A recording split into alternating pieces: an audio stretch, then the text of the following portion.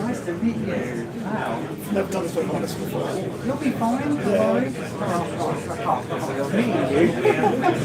Oh, wow. Love it. No, more fun with that. That's it. Fun. There's a lot of you bloody guys here today, so It's really good. It's like a lot of my personal heroes to this. your personal hero. I think there's a few people here that say you're a personal hero. Yeah, get a seat. I'm trying to have you in a certain order if that's okay. So, Tony, you're the second chair, that's okay. There is a light there going on, so it's in your way, so we're cutting out. Yeah, you excited? Yeah. Thrown it into But there's so many people here. I'm really excited. All my favourite guests here today. Yeah, lovely. Yeah, that's like, yeah, so what we do is that we've only got two microphones, so we'll see Jon here, you'll be sharing that microphone with these two. All you've got to do, you haven't got to do anything. You should just be able to talk into it. Just hold it back a bit like that rather than up to your mouth. That'll be okay. You'll be fine, don't worry. if I'm not just Honestly, there's so many people so talented here. You don't do these things? I've never done something like this. But I saw the lineup and I was going to come anyway. So I told Chris, I can't miss this. I can't miss this. So he invites me on to I feel very flat. No, it's really flat to don't do it. I think it's the opposite. So, hello, how are you doing? How are you doing?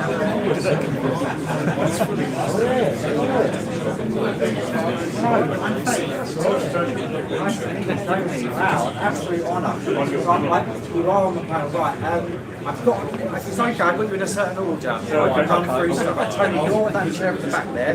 It's not to put you on your own, but I just want to check. Hello, Stoo. Oh my God, I'm Faith. Absolutely pleasure. Absolute pleasure. Stoo, you and Jon are these two chairs. So we're there. Tony, you sit there. Is that light on the place? Just want to make sure you don't get shared with light.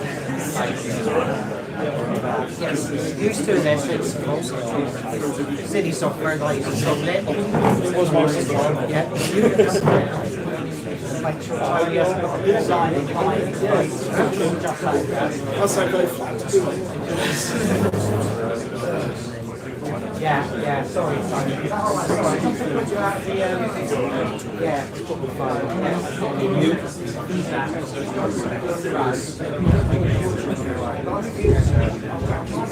you guys have this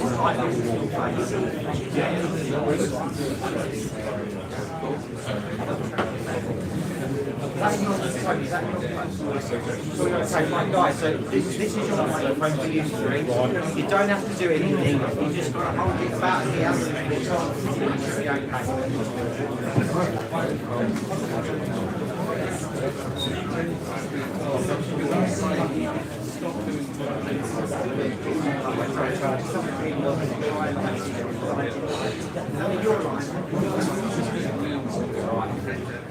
Sorry,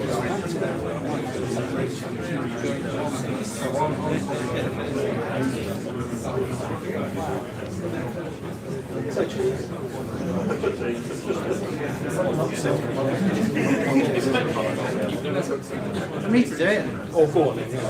Go on, put it on. Big smiles. Nice one, cheers.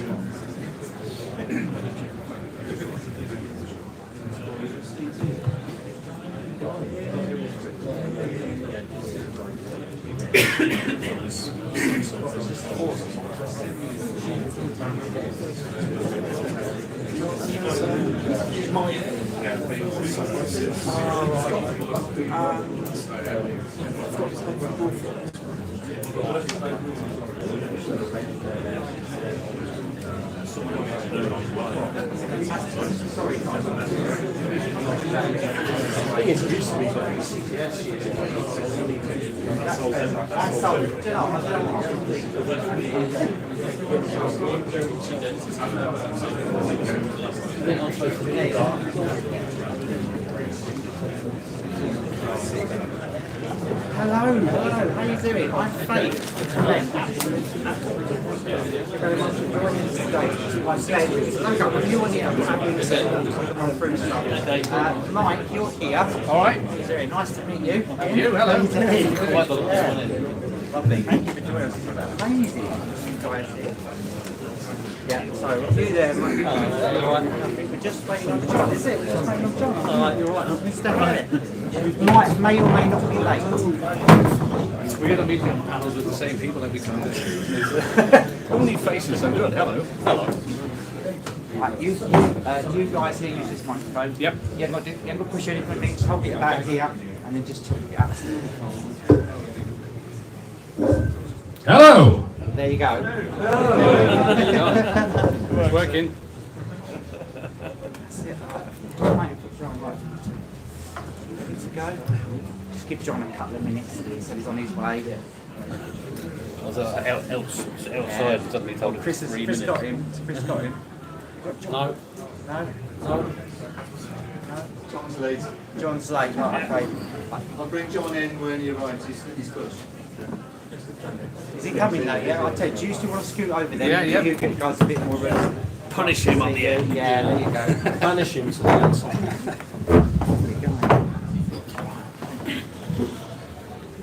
Right, hello everyone. Welcome to an Amiga Legends panel. And we don't use that term lightly at all. Look at some of these esteemed guests in front of us. It's awe-inspiring. So we've got plenty of time to rattle through some questions at the end. We're going to hear some stories first, hopefully some nice tales and some jokes from you guys as we go along. And afterwards there'll be time to come and get some prints, get them signed, have a chat with the guys, and then we'll go from there. So get thinking about your questions because we want some good ones. We've got to keep rattling on because we've only got an hour and we've got all these lovely stories to hear from. I'm going to start by asking the panel just to very quickly introduce themselves. And I want you to tell me one great thing about making games on the Amiga and one bad thing about making games on the Amiga. So can we start with you, Tony? Put you straight in there. Hello.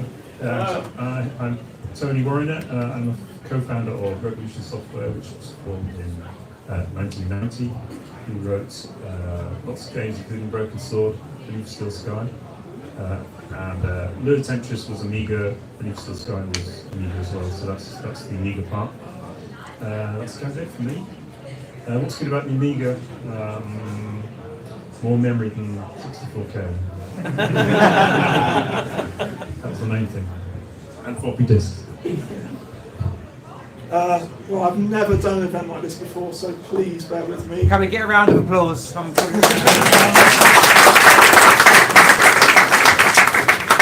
Andy, I made worms when I should be doing my A-levels.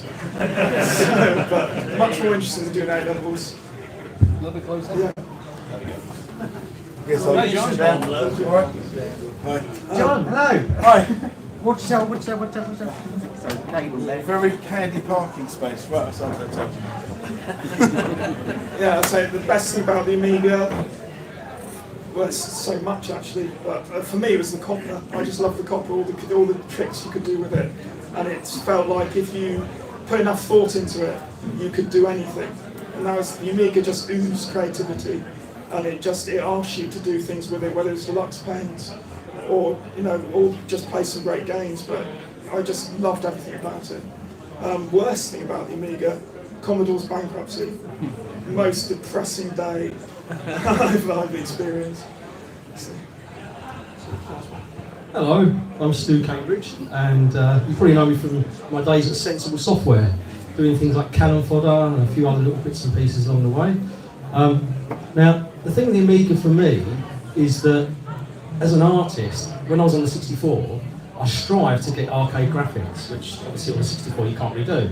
But the Amiga was the first machine that actually truly gave you those arcade graphics at a fairly affordable price. And as an artist, it meant I could go into the arcades with my little camcorder, video all the screens, a bit of an anorak thing to do, I know, and I'd pause them when I got home, and I'd analyse all the graphics, and I could emulate that on the actual screen of the Amiga, and I could recreate sprites from the arcades. Couldn't do that before, and that's what made the Amiga the best machine for me, was it allowed you to do that. The worst thing about the Amiga is that, I don't think there is one. The sad thing about it is they didn't bring AGA out quick enough. And after that, it all kind of went down the toilet, and it's like, what could have been? What could have been? Imagine like an AGA version of Fodder, or an AGA version of Sensi Soccer. The market just wasn't there for it, which is a real shame for me, because I'd love to have done all that sort of stuff. But yeah.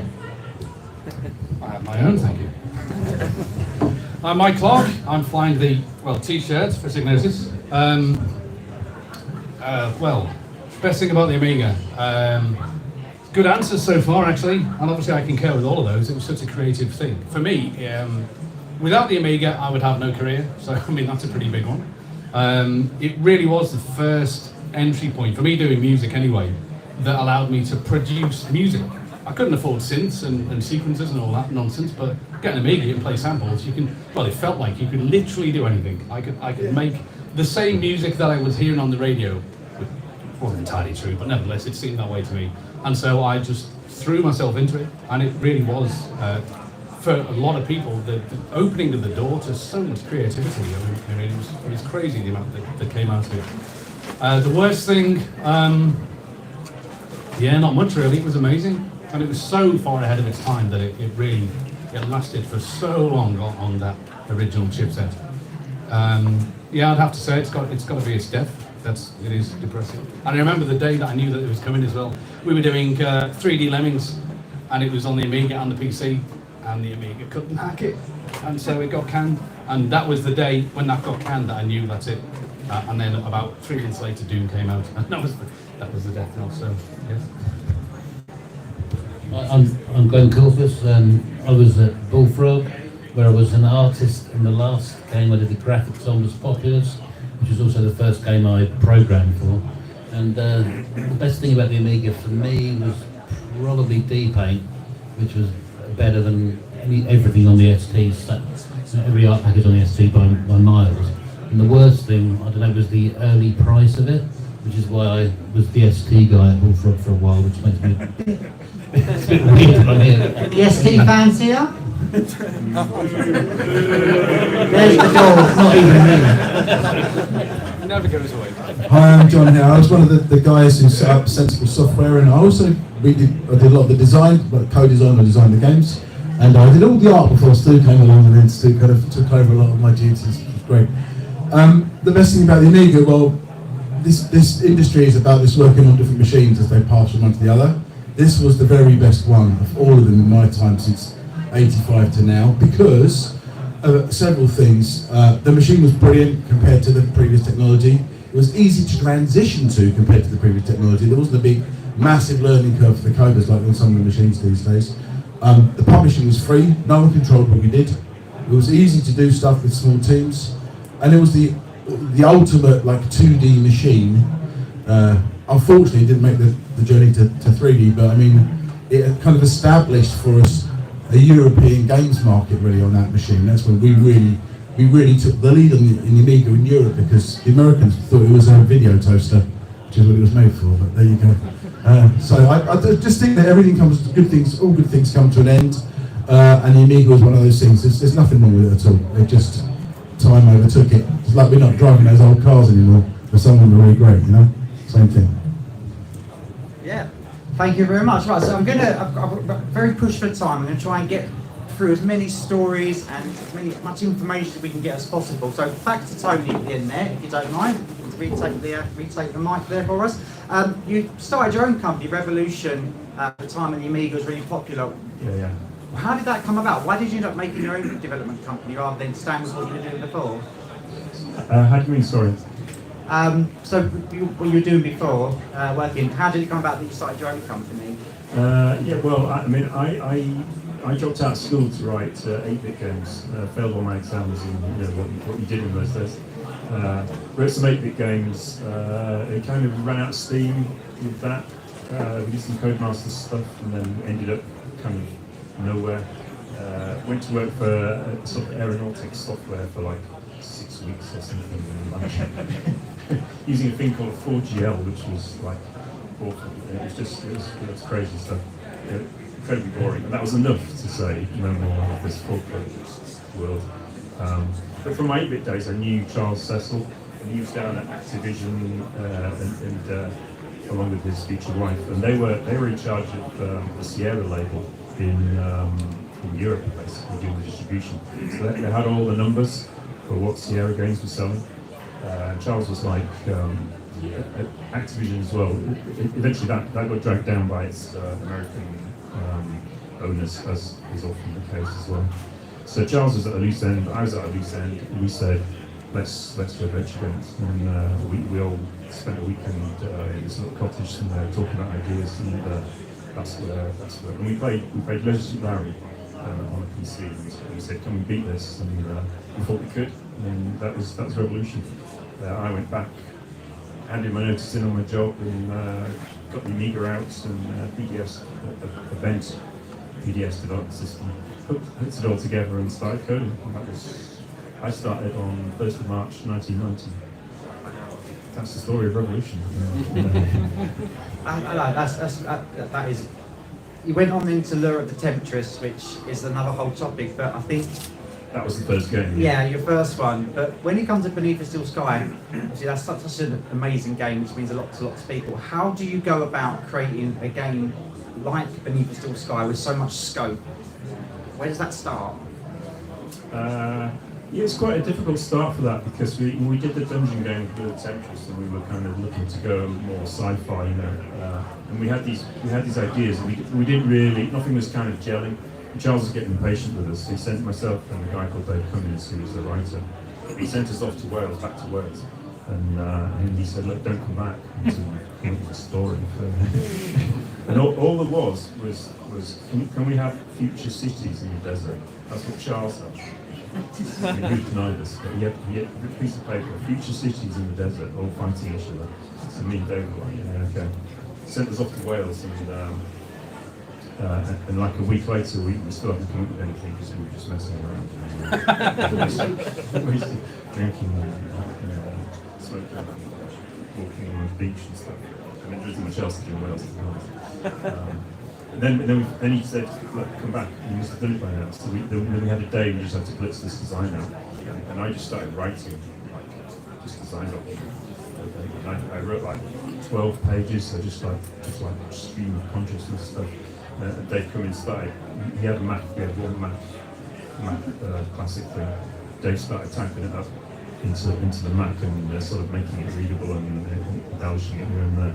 But that was it. That was the basic story for Steel Sky. And we eventually said, we've got enough now. Go back to it, show it to Charles, and that document still exists, and it pretty much is what came out, what the game was in Steel Sky.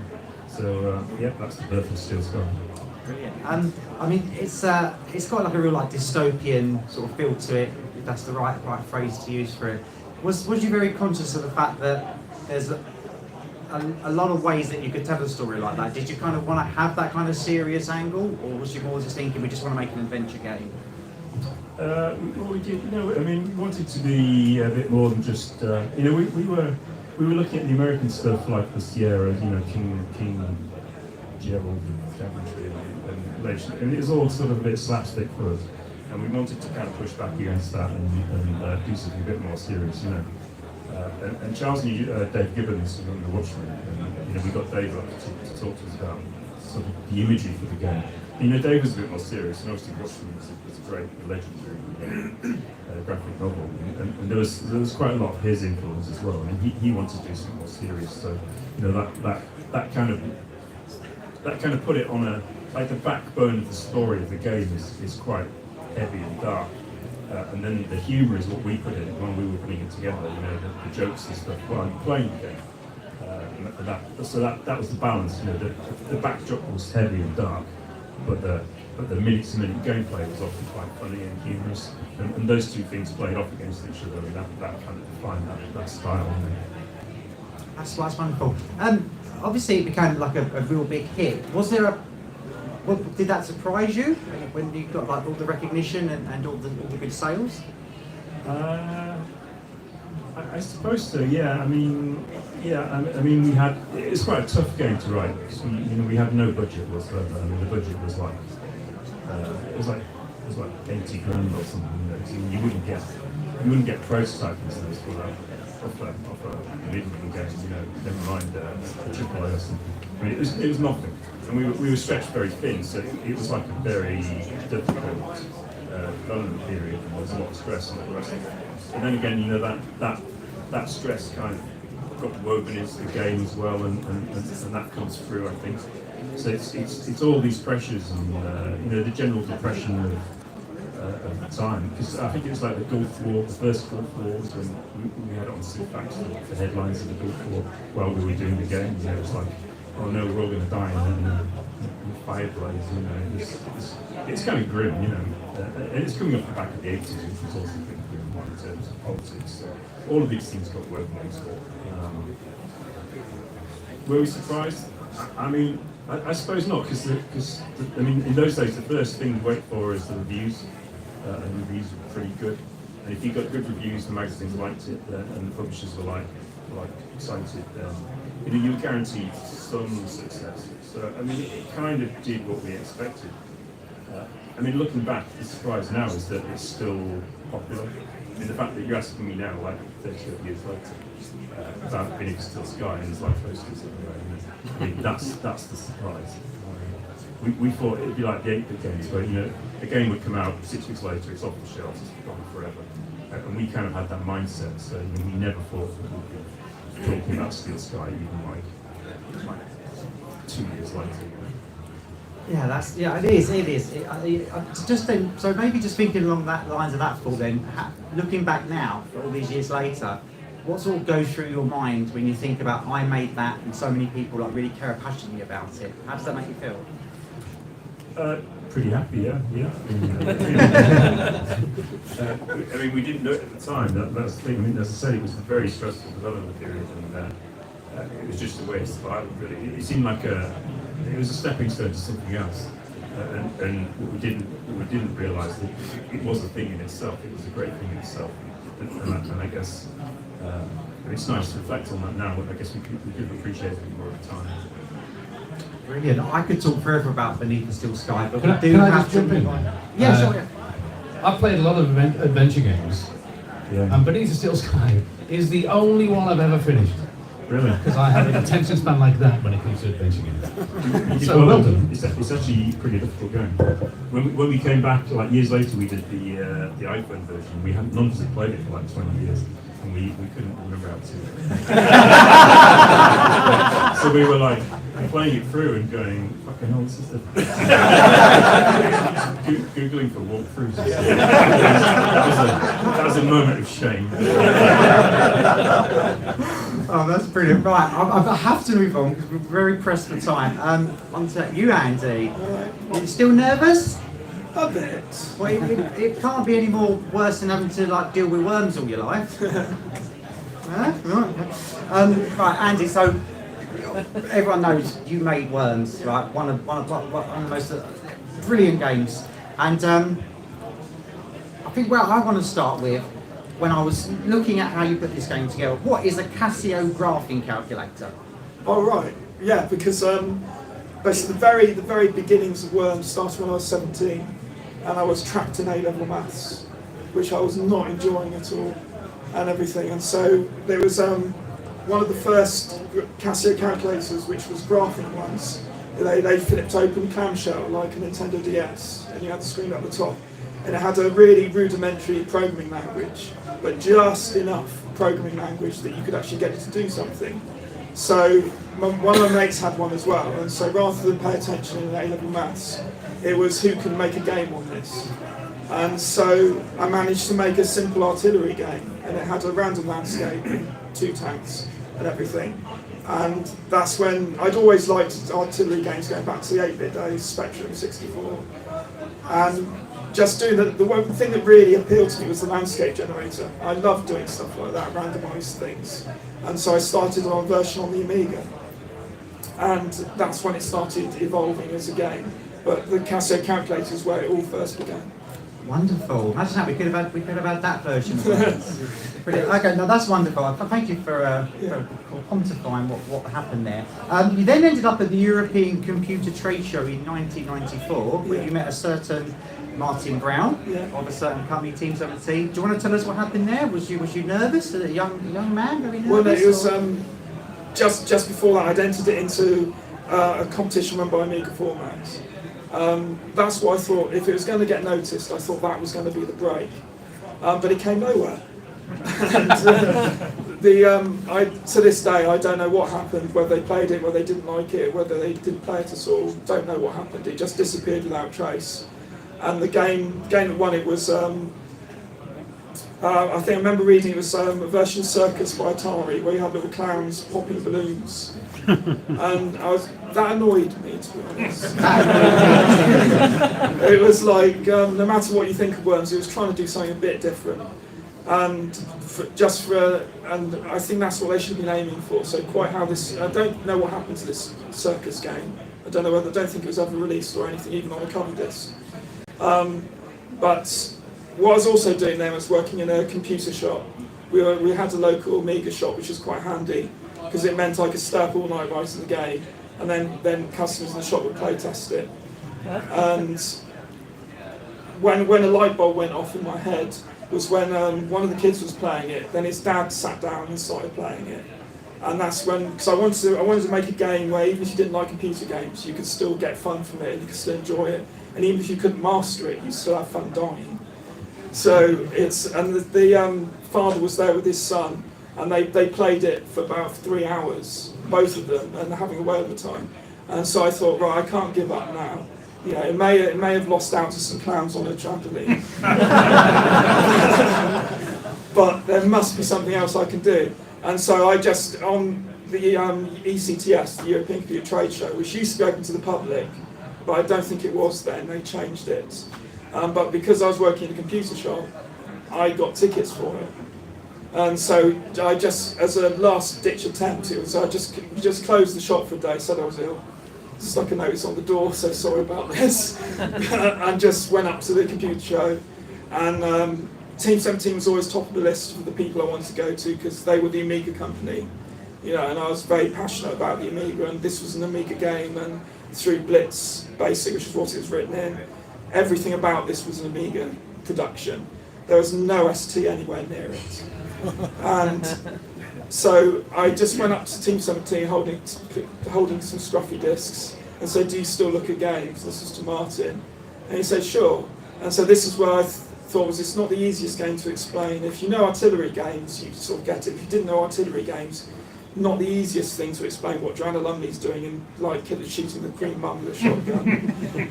But I ran through a little demo of it, and Martin just said, do you want it published? Just on the spot. And I thought this was a wind-up, and he said, like, come up to Team 17 HQ in a week's time, and we'll sort contracts out and everything. I was utterly convinced this was a complete wind-up. So I went back to Bournemouth and the people said, how did it go, how did it go? And I said, well, on one hand it went really, really well, and on the other hand I'm just going to be told to sod off in a week's time or whatever. But no, it was when I went back up I was still convinced it was a wind-up, and it wasn't true. This is my dream. And then when I went back in a week's time, they'd actually, because they had, I saw people had been playing it around Team 17 because I'd given them a copy of it, and the whole company had been playing Worms. And this is when it began to start sinking in that it might be onto something here. Can I just interject there? Sorry, fascinating. So at that time, was the game finished, or had you just got like some It basics? was 80% done. There's still no exploding sheep in it. That was one of the later editions. I'm very proud of the exploding sheep. Should be. We all love the exploding sheep. So I actually drew a little sheep. They're originally going to just wander around on the level, but I thought that's a bit boring. And so as everything else in the game exploded, I thought I'd make them explode as well. Because they actually serve a purpose as well, because they're very good going in, like infiltrating tunnels. Because that's referred to as the dark side of worms playing. If you're a tunneler and you hide your worms away, that's the dark side. And we had one of them out there earlier, and it's like... So, but if you do encounter a dark side player, then just get a sheep, send them down the tunnel. Sorted. Can I just ask a question? Of course you can. Did the original version have worms? There was originally my next tanks. question. Don't. Oh, sorry. There was tanks originally. When it started on the calculator, it was tanks. Then I made them move around, and that's when the strategy, because like artillery games had always been static. You basically it was basically work out the angle, work out the power, and you've won. And that was the challenge for them. But then making the tanks move around, suddenly strategy opened up. Now I'd also written a Ripper, like called Jack, which you may see the connection there, and to do graphics and sound. And so for a brief time there was I tested it on lemmings. And so I had the lemmings running around in the game, and that's when the more movement that was introduced, the more the game opened up. And that's when also there was a lot of humour coming across through this, just by having characters instead of tanks. I don't know, just something happens, it becomes funny. And so then after that version, the one with lemmings was actually banned from school. Like it was completely, because I'd taken over a corner of the art room to develop it. And people were skipping lessons to play it. I wasn't getting any work done. And so my form tutor banned it, and then that's when I thought anything that's banned is good. Yeah, definitely. I mean, I think on the same lines as question now, thinking like, what sort of mind does it take to come up with anthropomorphic worms that murderous streaks and don't mind dying? Yeah, because after, I don't know actually, when they grew up on a lot of Monty Python. Yeah, I love Monty Python, so there's a lot of Python in there. But I think after it was banned, then and I heard about the Amiga competition, that's when I started to complete rewrites, and then I picked worms, because back then this was just before Earthworm Jim, so there hadn't been any worms in the game, and we were running out of animals, to be honest. Like everything had been picked, and the only thing that happened was worms. And I thought I could get a lot of character into the animations, because I was so impressed with the graphics of Lemmings. So despite being so small and everything, and sensible as well, I just love small graphics and Andy, can I ask you a question? Yeah. Did you get good royalties, and are you still getting royalties? I'm still getting more. Team 17, because I heard the story about Wizball, I saw that. Oh, Wizball. Yeah. Well, we really know what we're doing then, yeah. Yeah. I'm sure we weren't the only ones. But no, Team 17 have always looked after me, and I still get my royalties. And yeah, I've heard a lot of stories. I consider myself quite fortunate, because all the people getting into games in this time, especially bedroom programmers, you're young, you're not business savvy, and you're completely out of your depth. You're suddenly dealing with these big companies, people in suits. There's a lot of pressure put on you, and a lot of things can go wrong. So I consider myself quite fortunate that I've always had my royalties and still continue to get them. How old were you when you did that? I was 21 when I met Martin at Team 17, and 22 when it came out. Martin's a good guy. Yeah, but yeah, in total, from the Casio calculator to Exploding Sheep was about 5 years. So that's how long it takes to progress from a calculator to an exploding sheep. I think everybody needed to know that today. Andy, I've just got one more question. And I think at the time when it was being released, the magazines had real mixed feelings towards Worms as a game, but I think we all know that it's an absolute amazing game, don't we? Yep. How did you feel when you were seeing those reviews at the time, but then the players, the people that are important, were saying how amazing it was? How did you feel about that? You see, that's a tricky one. In my head, it's still the game I made just for me and mates. It's still the little game. So, and like even seeing it on the shelf was a bit weird, like the shelf of the shops. But I always knew that if I'd rather have a game, rather create Marmite than margarine. So like margarine's a necessity, but Marmite's something you either love or hate it, and I'd much rather create something like that because the people, and I think it's been the thing I'm most proud of is its longevity, which I think is something you mentioned earlier. Just I never in my wildest dreams did I think, like, you know, coming up to 30 years later, we'd be sat here talking it, and it's that's a really nice feeling, and I think even if people didn't get it back then at the time, like even if the Amiga format competition, if it was played and they didn't get it, I think the longevity is proven itself now, and that's what I'm really proud of. Oh, that's wonderful. What a lovely story. Thank you. I could talk to these guys forever. How do we have a time limit? Let's just see if we can get some extra time here. Thank you, Andy. That's brilliant. And I'm sure there's lots of questions for all our guests. Get thinking of your questions because we'll all get to them. There's some worms there. Look at that iconic imagery there. Oh, who doesn't love a bit of worms? Right, so we're moving on to very sensible people now. So there's two of you. So you've been thrown in together. And you've got some very lovely young images there. Does this bring back some memories, guys? You there? Brilliant. Right. Yeah. Do you want to come and sit on my lap? With those glasses on. Yeah. John, swap places, John. No, it's okay. All right. Right. You've got the mic there, though. So you both got mic anyway. So there's no problem. That's my normal everyday look, I should add. I've just up for today. Yeah. I was hoping you were going to bring the glasses. Right, but obviously, no need to introduce sensible software, absolutely. The Amiga legends through and through, like all of our panel. I've got so much I could ask about this. I mean, for me, I want to start with Cannon Fodder. Let's just move that along a bit. Cannon Fodder. Now, at the time, there was all this controversy, the newspapers and all that sort of stuff. But we all know that was all nothing. So, when you're making a game like Cannon Fodder, are you aware of those sorts of things that could happen? Okay, we want to talk Cannon Fodder, and obviously me and Stoo talk about it, but I want to start at the start of it. You can talk about what you like. Andy was talking about like an artillery game, and the very first, me and Chris, the two owners, we were the two owners of Sensible, we used to play in a band together, which some people might know, before we even made games.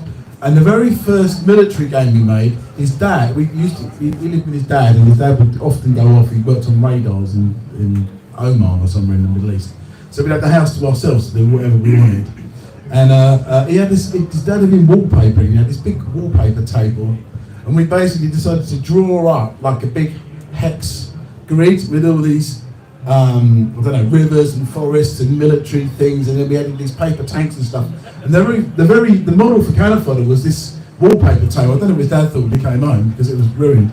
But that was the start of it. And for me with Cannon Fodder, it was the first game I didn't do the graphics on for Sensible, of all of them. And I was really nervous. And Stoo had been in the company for a while, and so I used to give Stoo these little maps drawn on gridded paper, right? So I go, oh, here we go. So it was like a strong down wallpaper thing, but on little sheets, and then Stoo very faithfully reproduced them. Yeah, it was quite daunting for me because I was a big fanboy of Sensible before I even got the job. You know, I was playing all the 64 games. So when I did get the job, a few months later, I'm landing this project, and I think, oh God, when am I going to do this? Because like there's Jon Hare sitting there, and you know, it's like. But then you soon realise that we all have the same vision. You know, we all get the same idea what we want to do. Once you explain what you need to do, you get left to do it. But yeah, I mean, Cannon Fodder was one of those projects where we kind of had an idea of what it was, but certainly for me, I didn't know how we was going to do it. You know, and the Amiga, as I said before, the Amiga had that kind of, it gave you that, it facilitated creativity. So you could try things out, and it would give you that feedback of like, yeah, this works. This is gonna be something special. And with like John was saying, like, you know, with the game, we had this idea, but then we kind of developed on that. Yeah, we did. I mean, my tactic, because I was used to like being in control of everything by default, apart from with Chris doing the programming, was to actually really level design very carefully. So every level was mapped out carefully. Every level we introduced something new, didn't we? Like a piece of graphics or a new weapon or whatever it was, something new. So every level you were like, oh, I didn't see that before. Even if it was a sound effect, just something to keep me going. So actually, probably it's the best game I've ever level designed in my life, even up to now, because because we worked in it. And luckily, me and Stu worked very well together. So it was kind of easy. We were like an old married couple at times because we just bounce ideas while we're doing stuff. Because Jon's an artist, we have that kind of like shared kind of vision of things. And the really funny thing is because we developed all the levels in the wrong order because we just developed levels, didn't we? And then we played them, and then you would go through, I think Chris and some of us would sit there, and then you'd like rank them out of a score, whether it's 10 or whatever. And we had this bit of paper, and it'd be like, no, that one's got to go down there, that one's got to go up there.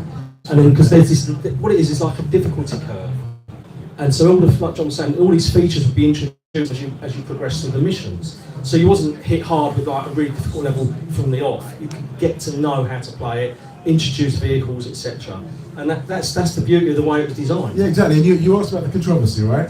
Now I can tell you how much that wasn't done. So basically, we start off with a game mechanic, and the initial idea was something like Rambo, but with a string of people, not just one. So you always had like a lone gunman. So we put a string, and the first thing was with Jules, the programmer, was like getting the bullets to be shared through the people, like they went in some kind of chain up and down the people with the chain and they were running around. And that was quite cool. That was awesome. That was quite a cool weapon. So then we're like, we got a chain of guys, and then we developed the levels. So we're doing the levels, and Stoo's doing the graphics based on the kind of Sensible Soccer Megalomania template of little guys and zoomed out backgrounds. So Stoo's doing that, and I'm doing the paper level design in wherever with coloured pencils, and then we started to work on this idea of the guys, and then we did the hill, and then we did the guys queuing up, and then so we've got that, and the hill was totally empty at the time. That was really boring. And do you remember it was really dumb? Fill it with flowers. What were we going to do with it? We didn't know. And then the masterstroke was starting to put names on the people. That was the first step. So we started to name them. So they were individuals, right? So we had all the individuals there, but still they're just going in, get the uniforms, and they're dying. Then we added the graves next.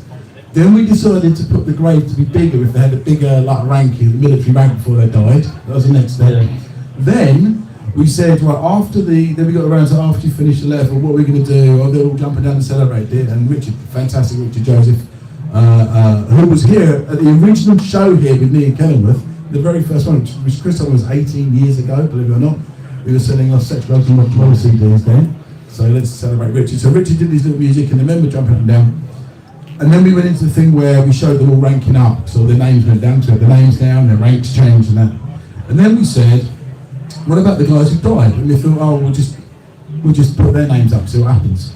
And so we put them up, and like, fuck, so many people are dead. I didn't even notice them. You know, all these dead guys like Kenny and Louie and stuff.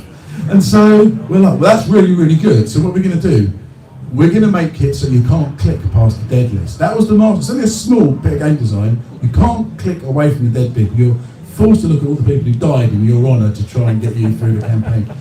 And then it was like, how can we get this mournful anti going? So I had this old song I'd written when I was 18 about losing a girlfriend, which I'll play later tonight if it comes to the night party. And I'll vlog you some EPs as well with me and Richard on them. And so I had the song, and then Richard was really, really good at everything to do with the music on the Amiga. So we just took the lyrics out and replaced with the melody and put it in there. And it was mournful and sad and stuff. People think it's about war, it was actually about my girlfriend I lost. But anyway, so then we had this really mournful thing going in, and then that's when we decided to put a poppy on. And Stoo got the poppy. It's all my fault. It was just like a... No, it's my fault because I run out, because we was based in Saffron Walden, and we wasn't far from like a few fields and poppies. And I just ran out the office and just grabbed a few of them, taped them to my monitor and just drew them. The plastic ones? Yeah, the plastic ones. Not yet, so my brain's present, obviously. Yeah, we got and I put them on the monitor and I drew it. And then obviously, cut a long story short, we get all this aggravation, which I'm sure Jon will go into far greater detail than I will. And I thought, oh no, I've got to go out and draw more poppies. So I just ran out and picked up the fresh ones and put them on there. But yeah, I mean, it was a bit of a funny situation. Yeah, it was interesting because we had just been this series of events in game design. Stoo did the poppy. We were talking to Virgin about the cover. We said, poppy would be a really good cover. Black box, red poppy, launch it on Armistice Day, which we did in November '93. It was perfect. And then the British League said, what a disrespect. And they didn't understand that this was about the only war game that's ever shown respect to war dead, ever. No one had looked at the game, they just heard the story. Remember, this is the time when we were like Black Sabbath and you play it backwards and the devil's talking to you. And that's it, you know. But you can always imagine these people sitting in an office going, video game bad, without actually looking at what this video game is. You know, and like you were saying just now, when we did put the names to the sprites, they went from being little sprites. So there's a narrative that your brain's forming in your head that these are actually people that have died. Because when you're playing with it, you know, once they start going up the ranks, you want to protect the higher ranking soldiers because they've got better abilities. They can throw grenades further, they can fire more bullets, etc. So you want to protect them. And if you've got a little guy who goes through, say, 3 or 4 missions, and you think, right, he's going to do me well in a later mission, and he gets blown up, you think, oh. And then when you see his name going, you think, oh no, I miss old Alfie. He was a good old soul, you know.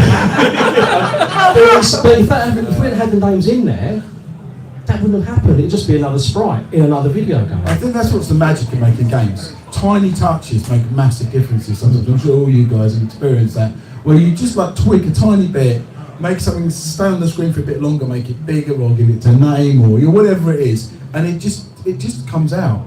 And actually, what my experience of modern game making the last 10 or 15 years is, there's such a struggle to control the technology and get everything in there across everything. We lose so much time to put these great touches in now. It's really hard to find the time in this massive list of bugs and technical errors to get to those refining points. It's really a really big problem of modern game making. I think today there's such a reliance on the update, and we didn't have that. No. There was no updates. No, releasing games with bugs in, why? Yeah. Because if you did, you'd get your arse kicked by the publisher because it cost them money, which ultimately cost you money. So you had to make the game as bug-free as you can. Obviously some bugs do creep in, but the major ones, no, because you had no choice. Actually, that's another amazing thing about the Amiga, going back to the original question. The games were released as bug-free as possible by all of us. We all tested our own software to death, right? You know, this culture of, this came from the States actually, from the PC, mostly PC American programmers in the early 90s who suddenly came in and they were used to just having bugs in their software, and we were like really vicious about bug trapping. And they, like, some did come out, but suddenly the culture, it's okay to patch it about 8 times, doesn't matter. I mean, that's crap, isn't it? You know? Anyway, next question. Just to add on to that, it's like Worms development was quite unorthodox. I got into lots of trouble. There was no design documents, everything was on post-it notes. And in going back to bug fixing and everything, I actually set my Amiga up in playtest. So there was no middleman like giving me a report of bugs to fix or things to change. It was basically I put something in the game, they'd instantly test it in playtest, give me feedback immediately, then I either refine it, keep it in there, or rip it out again. Yeah, exactly. And you couldn't have that these days. You'd have to have someone who's in charge of compiling it all. There's too many people involved now. The communication loop is too big, and yeah, exactly. Fascinating. Thank you guys. You answered that question exactly how I wanted you to answer it as well. Like screw the media. I think that for me, on a personal level, it's not about me, but like the iconic visuals of your games. Was that like a real conscious effort that you're going to have them looking like this for like Sensible Soccer and Camford, like the way they look? Well, again, that's how things iterate and change. I mean, how long have you got? By the way, Wizkid was missing on the Amiga games. That upset me. I don't want Sensible Golf missing, but Wizkid was missing. I wanted to put Sensible Golf on it. I did. Yeah. Anyway, about the little graphics. So, the game we did preceding Sensible Soccer was Megalomania. Megalomania originally was designed as a game where you're flying a spaceship around. There's 16 planets in this universe, and you're kind of landing on it and controlling it and mining it and designing and building stuff and flying a spaceship around and dodging bullets. And it was basically impossible to play because you can't like do a 16 world management game and fly a spaceship and not die at the same time. So, because we progressed a lot with the mining side and the technology development side and very little with the flying around side, we handily binned the flying around side and went to just your managing these gods, managing this world. It turned into gods in the end. And about 6 months from the end of the development, no, maybe 9 months, I saw Popular sort of Powermonger with a little caveman on the box. And I'm like, hang on, so far we're starting in AD, I don't know, well, at 3000 or whatever, and then we're going forwards in time through technology as a space war. But if we just take that same idea of going through technology and history forwards, but we start earlier, we start with cavemen, then we go forwards through recognisable periods like the biblical guys and the Romans and then the medieval guys and the Victorians and World War I, etc., going in to end up with spaceships, people will be able to relate to the history path a lot better than like it all being the imagination future. And so we needed to have these little guys to represent the technology change. Like they were humanised now, before it was all spaceships. Now we humanised the tech change by the little soldiers. And they were kind of representative, so one man would sometimes represent 10, 20, 30, 40, depending on the scaling. And those guys were the first guys, ever little guys like these, in any game that we did.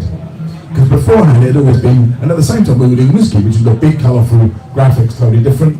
We did International 3D Tennis before that, which was all vector graphics. Then we did Micropro Soccer, which was like double-edged sprites from Commodore 64, and Wizball with, you know, little shaped sprites and parallax and that. So we've done these little men.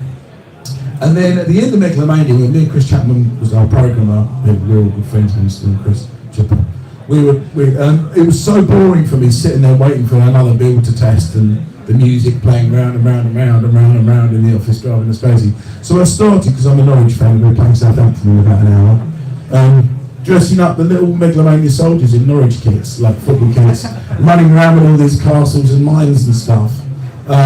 And when we came to finish this, me and Chip have been playing a lot of Kick-Off 2, and we talked with Chris and everyone else, and we decided to make a football game. So my little men were like a prelude to that, and actually the angle of this pitch is just exactly the same as an angle of a Megalomania app, and it just worked. So that's how that happened by fluke. Like it worked in Megalomania, Sensible Soccer happened to work, but then we kind of deliberately did it a bit more account for it. Yeah, totally. I mean, it was a look that worked, but I mean, it wasn't. Oh, that's our look, we're going to stick with it. I mean, the main gist of it is so you can see more information on the screen. You know, if you've got big old sprites on the screen, your resolution is limited on what you can actually see. So by shrinking everything down, you can see a much larger area of the playfield. And that played a huge part in the look of Cannon Fodder. It's actually, Cannon Fodder and Sensible Soccer is the same. You get the ability to have strategy because, like Stoo says, because you zoomed out view. So it worked. Yeah, but Andy, I'm sure you can relate to that idea as well. Yeah. Like, God, I'm sorry, I've got to running out of time. Sorry, no. We needed small characters. So just the more the playing area you can see, the more strategy you can come up with. Actually, the lesson here is it's like with the Cannon Fodder poppy and with these little men is when you're designing and being creative, you're just doing whatever. But the secret to being good is to when you've done something good, going, that's really good. It's like the Sensible Soccer engine. We wrote it for 2 months, it was amazing, and we said, right, no one's ever allowed to touch this anymore, because we've got no bloody clue how we got here, but it's brilliant. The secret is knowing when you're good and stopping, right? That's it. Lightning in a bottle, I think. Exactly. Soccer. I'm so sorry, I could talk to you guys forever, but I'm going to be getting a look from our Chris here. Well, Mike, how you doing? I've got 2 microphones. Yeah. Double microphone. Hey! Stereo. It's a Stereo, Mike. Right, so Psygnosis, how did you end up working there doing music? Well, that's a bit of a story, and we haven't got much time. You've got all the time now. All the time in the world. Right, lock the doors. So, well, I mean, I was a total Amiga fanboy. I grew up with my Commodore 64, and that was amazing. And of course, I had to get an Amiga because it was the logical step. And yeah, they opened up this world of creativity for me, and just so many tools and so many things that you could do, and it was a new era completely. And I just started making stuff. It was bits of graphics, it was bits of sound, it was whatever tools I could get hold of and mess with. And I just got attached to music because I used to go to a computer club, and then I got a version of Sound Tracker and just started making music every day. And then one of my friends from that computer club got a job at Psygnosis, and he got me to do external games testing. That was my very first link with Psygnosis, probably around 1989 or something like that, maybe early 1990. And so I would get versions of games, and I'd play them, write bug reports, and I'd get like £1 for each bug I submitted or something. And then I started doing music again from the computer club on some of the Amiga games, not those ones because they weren't Psygnosis games. And then from there, I just kept an eye out really and checked what he was doing, and he was good enough to look out for me when my music got good, because it was a bit rubbish at first. And yeah, he was looking out for new games, so anything that came that didn't have any music on, he said, I know someone. And that's how I got to do Bill's Tomato game there. And then after I'd done that, my evil plan was to just get any job at Psygnosis so that I could be there, ready for any new game that comes in. I'll say, I'll do that. Of course, I didn't realise that because I would then be a salaried employee, I wouldn't get paid for that. So I was fully expecting to actually just do music and get paid music fees, but no, I was basically a games tester getting paid, what, 7,000 a year? It was just dreadful, dreadful money. But it was amazing because, I was a proper fanboy. I mean, even the first time I went to Psygnosis after I'd been doing the external testing, I mean, I was like 14, 15 years old, like, oh my God, these people are big, Shadow of the Beast, oh! And all the artists were there, and I was so intimidated, yeah? But then I got to work there, and I was still very intimidated, because they were all a lot older, and most of the artists came from fine art courses, they weren't into games and stuff, so it wasn't those sorts of people, so it was very much, like people on the pedestal there doing their very important artwork. So anyway, after a while, when I first started, I was doing a bit of everything, because I was actually a game evaluator. I wasn't quite a tester. I was a posh tester that I get to play the new games and see if they're any good. And I'd get roped into doing bits of art, bits of design, and just everything really, until we started to do Microcosm, and then I got palmed off to our second building, and I just did audio full time from then on.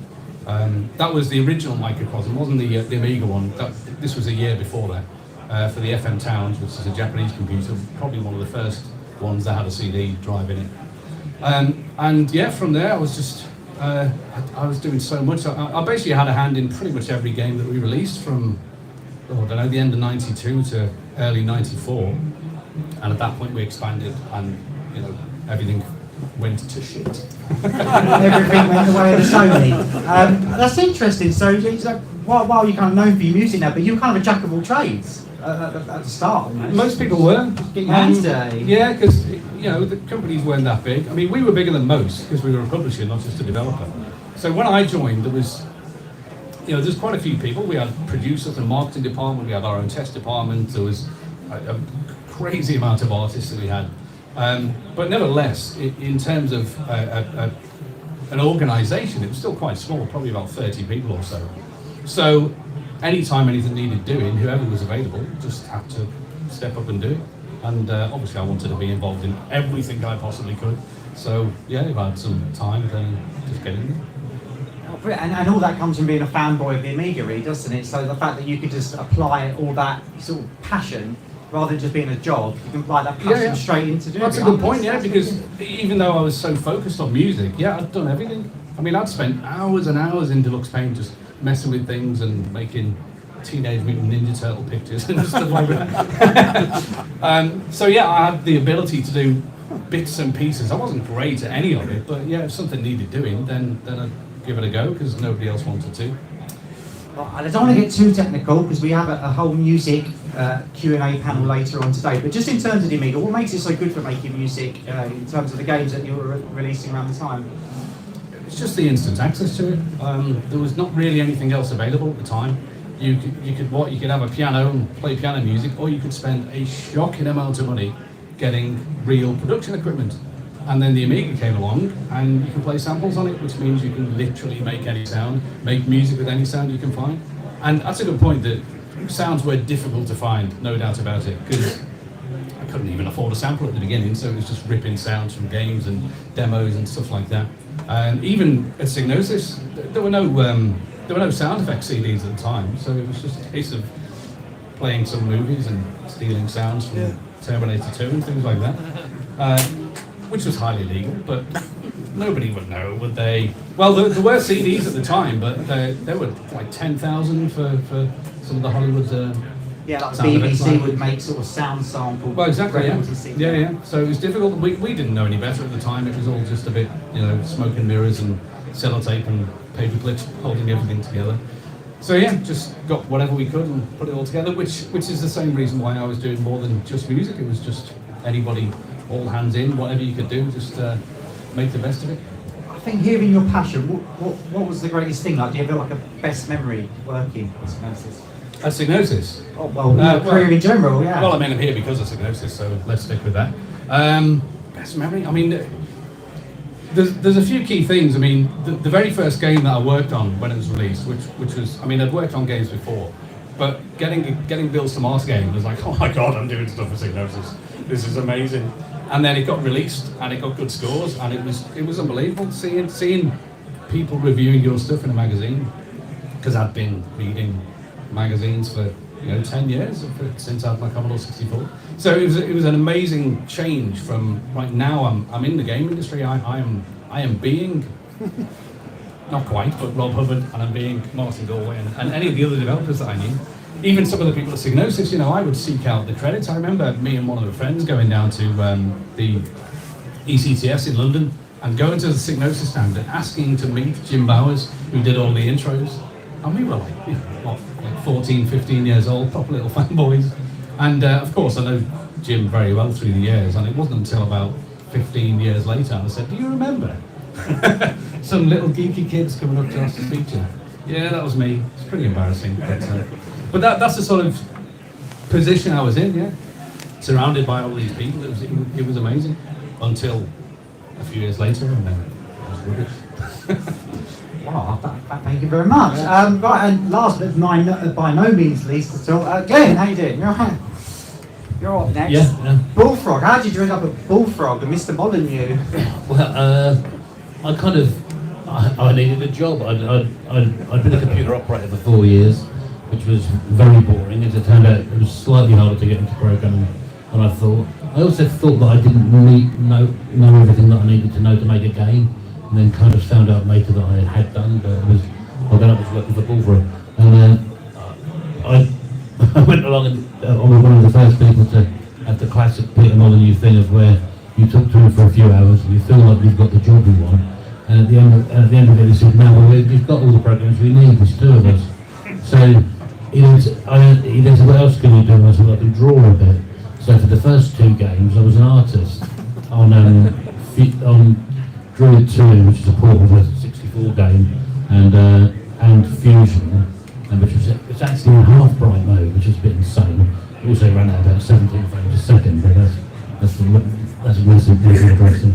And then those two games between them have taken 3 of us a year and a half to make, and brought in about 17 grand, and we really got any paying any more royalties. So I basically brought my computer in, which was an ST, and started about trying to port Fusion to the ST, and quickly discovered that the bloody thing couldn't horizontal scroll at all, really. And so instead I got distracted into trying to work out how the block set from Spin Dizzy worked. If anyone remembers the old 8-bit Spin Dizzy. And that demo, I thought I've got this set of 16 blocks, and I thought, well, they're all being drawn on the screen, but I need an editor or something to make them useful. And I wasn't about to write an editor, so I wrote a landscape generator to try and make a landscape out of them, and that became the Populous landscape. And it didn't look anything like a landscape; it looked like intersected pyramids, like it does now. So I wrote a tool for raising and lowering the points, and I did all this in 3 days. And some of the graphics in these 3 days are still in the game, are in the final game. And so on the Tuesday morning, because it was a bank holiday weekend that I'd written all this over, I thought I've got to get into programming because I'm going to need a new job soon. And I couldn't cut it as an artist anymore because the proper artists were starting to enter the industry. And then everyone got really excited about it, and we didn't know what we were going to do with it. And Peter sort of ran off into the back room of the office, and sort of came out a couple of weeks later with the prototype of the game that turned into Populous. And it was, he sort of locked himself in the room, and it was just a really weirdly developed game. So I sort of carried on with the ST version. That's why I ported it to the Amiga version, and yeah, that was that. And so for those couple of Amiga games, the Populous and Powermonger, they were basically dodgy ST ports. Whereas the first two games had been like, you know, Amiga native 32 colour and 64 colour things, and you know, I thought kind of slightly out of place because I was never really much of an Amiga coder.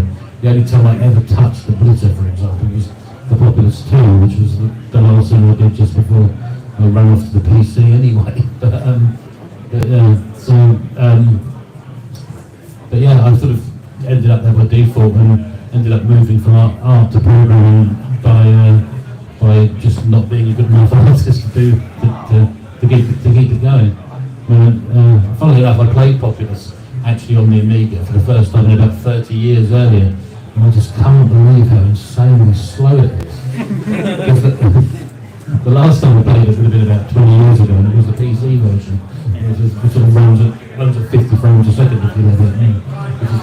It's just glacial, amazing. Right, I think John's got a question for you. Well, it's just more of a point. It's just an observation on the panel, like hearing Glenn talk and everyone talk. All of our games have come from experimenting and trying stuff out and seeing what works. Right? Everyone's story, like from going away and hiding in a house in Wales for 2 weeks to come up with something, or writing something as a kid, or Glenn saying just messing around. It's all of us have experimented. This is how you make great creative stuff. And again, this is a little bit of a dig at the modern industry, but people kind of want to know where the end is before you start. That's not how any of us made our great games. None of us in this panel. Just a point of observation. Yeah, no, that's fine.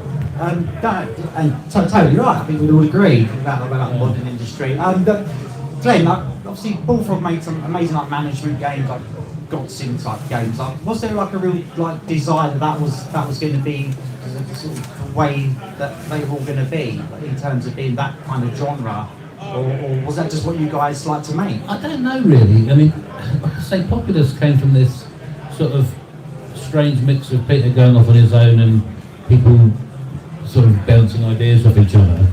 And then Powermonger, I don't think works as a game at all, really. And I know the engine for that, and it just seemed, it was, arguably it was a proto-RTS. And it does sort of seem that was Peter's way of doing things, but I don't really think, we also did Flood and Syndicate, and after that they start being not Amiga games, but they weren't always about Peter's ones were. I mean, it kind of, the way that it tended to work was, especially later on when there was multiple games going through at the time. And this is all post-Amiga stuff, so it's kind of irrelevant. But yeah, Peter would be working on a game, and there would be other people working on another game, and that maybe wouldn't quite fit in with the sort of Godsend thing quite so much. But yeah, he's sort of very valuable for them, definitely. Yeah, brilliant. And obviously on Syndicate, so that was another one of these games where you can't. When you're making it, did you realise you're going to have a real classic on your hands? Well, Syndicate was a kind of a strange one. It was Sean Cooper who wrote it. He was writing on the Amiga, but before it was finished, it moved on to the PC and it was backported to the Amiga. So the Amiga version was actually very nice, but it was done more as a conversion. But that was very just made up as you went along. It actually ties back in with the original Populous thing of trying to work out how spin dizzy work. Because Populous just brute force all the blocks down, drew them all, and I was trying to think what Spectrum game had done, so it was easy. And I was kind of embarrassed by the fact that it was so inefficient. And later on, I worked on do a sort of partial screen update thing. So I'm getting really nerdy and technical about this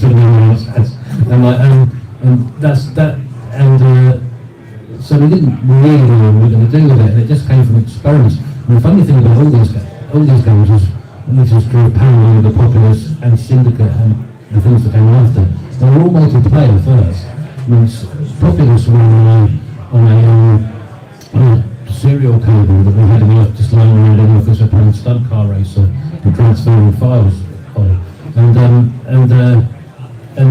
But that was true of Syndicate as well. Syndicate was actually designed by a guy called Alex Trails, who was one of the main detail guys, and Sean. They would go in at the weekend with a bunch of their mates, and they would play it multiplayer on the LAN, and the game, most of the work was done at the weekend. Sean would be sitting there adding features and stuff. It was just literally what's fun, you know. And one of the things they invented was this thing which could like persuade other people to join in, and that became like the major focus of the game, in the multiplayer game. And it was just this kind of weird thing that was entirely driven by gameplay. You know, the scenario was entirely driven by gameplay. It's kind of odd because when they remade Syndicate 20 years later, they started off with the plot. You know, the first game didn't really, you know, the plot was just like this. We're going to work it backwards. We've got this thing where you can take people over. Where does that come from? Oh, this weird cyberpunk chips. People planting chips in their brain, you know, manually, and makes them hackable or something. It wasn't any kind of big idea. It was just like reverse engineering the gameplay into a scenario. I suppose that kind of backs up what John was saying about the modern industry, isn't it? Where you're not focused on that gameplay and what makes games fun and why we play them. You're sort of thinking about other ideas. Right, guys, really want to get some questions in. Has anyone got any questions in the audience that they want to ask any members of our panel? There's some mention of when the original Worms was done on a calculator. It was based on a sort of tanks game. Yeah. Did you have anything to do with the open source tanks game? No. I made a point actually of also. I made a point of also not playing other artillery games because I wanted Worms to evolve in its own way. So people always said, "Did you play Scorched Tanks, Scorched Earth, and everything?" It's like, no. I just and what John says. Everything evolved on screen. It's like it wasn't planned, it was organic. Yeah, exactly. And you put things in and they didn't work and you rip them back out again. Or I remember once when Worms originally, you couldn't knock another worm. Like that didn't do anything. And then I just thought, well, it'd be fun if you knocked a worm into a worm and then that worm would start moving and everything. And so when I did that, suddenly all this new strategy opened up and it was like, yes, got something good there. And it's lots of moments like that. Anyone else? Yes, that's. Yes, for the sensible guys, why couldn't the computer have players sent off?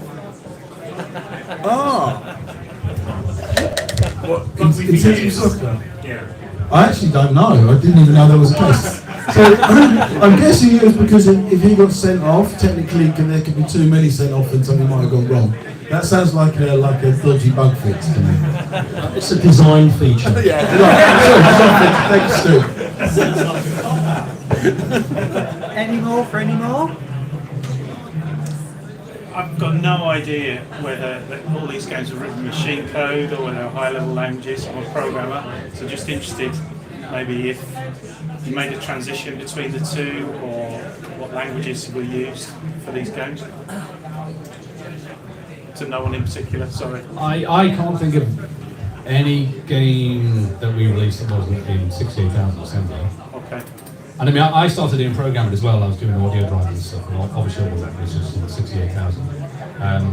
The story with that was that I was working on a game, and I did some sound effects for it, and they said, "How do we play the sound effects?" And I'm like, I don't know. So give me a week. So I went away, and I battered myself with 68,000 machine code, and then wrote a little player for it. That's one of the things about the Amiga. It was that easy to get stuff going.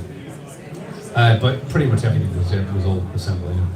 Another little anecdote, I guess, but I think we should be really proud as British people because what the games industry here came from is we love dabbling with engineering, we love dabbling with creativity, and we're happy to not quite be sure what the end product's going to be around. And this was like an amazing fusion of these two energies. And I've worked a lot around different countries, mostly in Europe recently, and you'd be surprised how many people don't approach creativity in this way. It's either very engineering-led, or very art-led, or very finance-led, or they just spend all the time copying everyone else.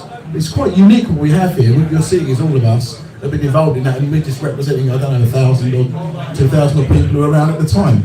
And then all you guys as well, because even the guys playing wanted to get involved and were adding stuff, yeah? So it's something we should all be proud of as Brits, you know? It's something pretty unique to us and the French maybe in a few other countries, but that's about it. Can I just add to that? I mean, I've been asked quite a few times over the years about, you know, when I did the graphics of these games, or did you do it all on paper and then do some sketches? No, because it's a lot of the time, because you don't know exactly what you're, like John just said, you don't know exactly what the end product's going to be like. You kind of know the destination, but you don't know the journey you're taking. So you're kind of, well, I'll go that way, that works, right, then from there we'll go to there. And it's the same with like a lot of the stuff that a lot of the fellow, like, you know, programmers and artists in the industry did at the time.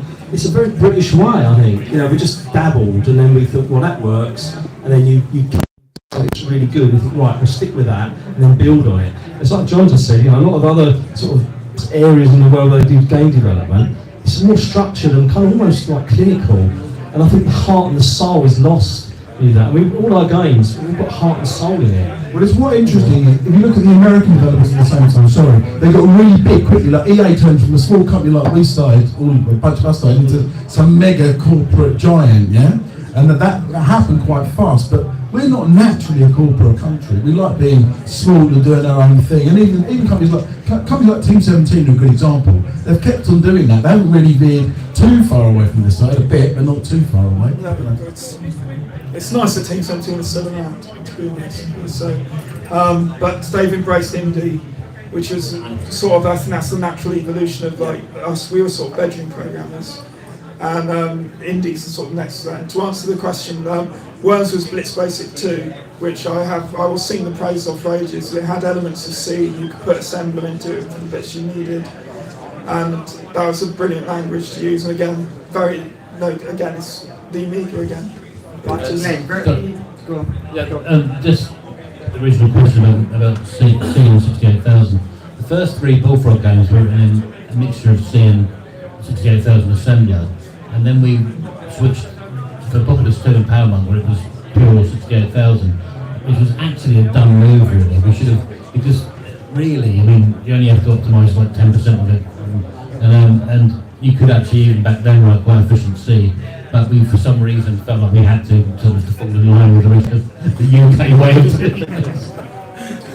Right, we could talk to these guys forever, but sadly we obviously have run out of time. Thank you for your questions, audience. Thank you so much. We get a massive round of applause for our Amiga legends.